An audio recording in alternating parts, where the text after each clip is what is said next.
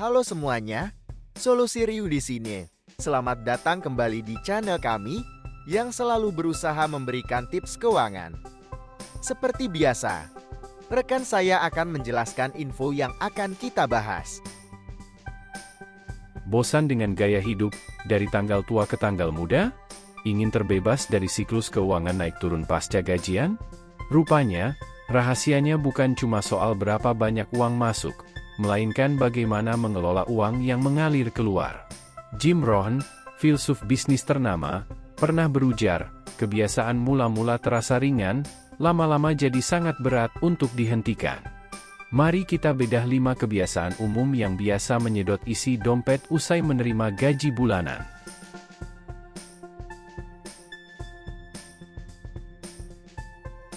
Belanja emosional yang tak terkendali. Promosi menggiurkan dari e-commerce acap memicu hasrat belanja instan tanpa berpikir panjang. Apalagi jika sedang ramai kampanye Harbolnas setiap akhir tahun. Selain itu, perasaan takut ketinggalan tren FOMO dan tekanan sosial dari medsos juga kerap memicu pembelian impulsif. Solusinya, fokus penuh pada kebutuhan, bukan sekedar keinginan semata. Selalu pertimbangkan, apakah saya betul-betul perlu ini, sebelum klik beli. Buat checklist prioritas kebutuhan bulanan agar belanja lebih terarah.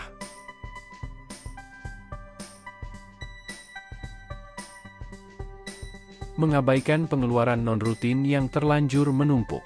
Sering lupa mencatat dan menganggarkan pengeluaran sambil lalu seperti jajan, kopi, parkir, atau ongkos ojek online.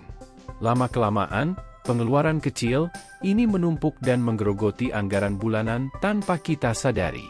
Solusinya, atur pengeluaran non-rutin atau tak terduga ini dalam rekening atau dompet digital terpisah. Gunakan aplikasi pengelola keuangan pribadi agar lebih disiplin mencatat setiap transaksi, besar maupun kecil.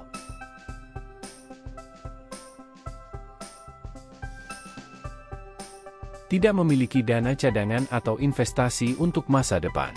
Survei menunjukkan mayoritas rakyat Indonesia hanya memiliki tabungan pribadi di bawah 100 juta rupiah. Ini mengindikasikan minimnya kesiapan dana darurat. Situasi ini lazim terjadi karena kombinasi kepuasan instan dalam berbelanja, minimnya literasi dan edukasi keuangan, serta ketergantungan berlebih pada utang atau kartu kredit. Solusinya, mulai menyisihkan uang gaji untuk tabungan rutin guna membentuk dana cadangan. Pelajari reksadana atau instrumen investasi lain, lalu mulai investasi rutin guna mengumpulkan pundi-pundi uang untuk masa depan. Tetapkan target keuangan jangka pendek, menengah dan panjang agar terus termotivasi.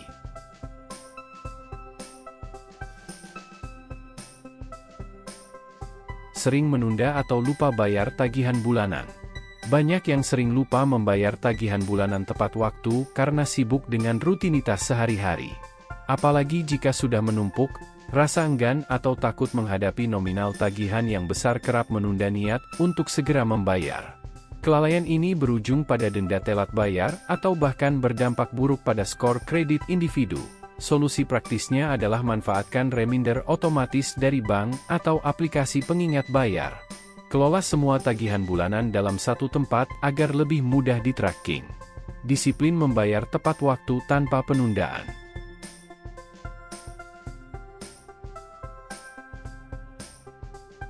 Minim pengetahuan dan pemahaman aspek keuangan. Mayoritas warga Indonesia, termasuk kaum milenial, masih minim pengetahuan keuangan. Pasalnya, kurikulum pendidikan formal dari SD hingga perguruan tinggi masih belum banyak menyentuh aspek literasi dan manajemen keuangan individu. Bahasa dan konsep dasar keuangan kerap dianggap rumit dan menakutkan bagi orang awam. Padahal ini keterampilan vital untuk hidup mandiri di era modern. Solusinya pelajari literasi keuangan secara otodidak melalui platform dan komunitas edukasi daring. Gabung grup diskusi atau ikuti kursus keuangan untuk memahami konsep dasar pengelolaan keuangan pribadi dan keluarga.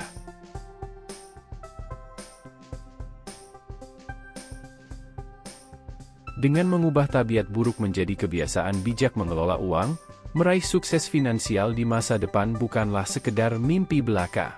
Mulailah dari langkah kecil yang konsisten hari ini demi masa depan keuangan lebih gemilang esok hari.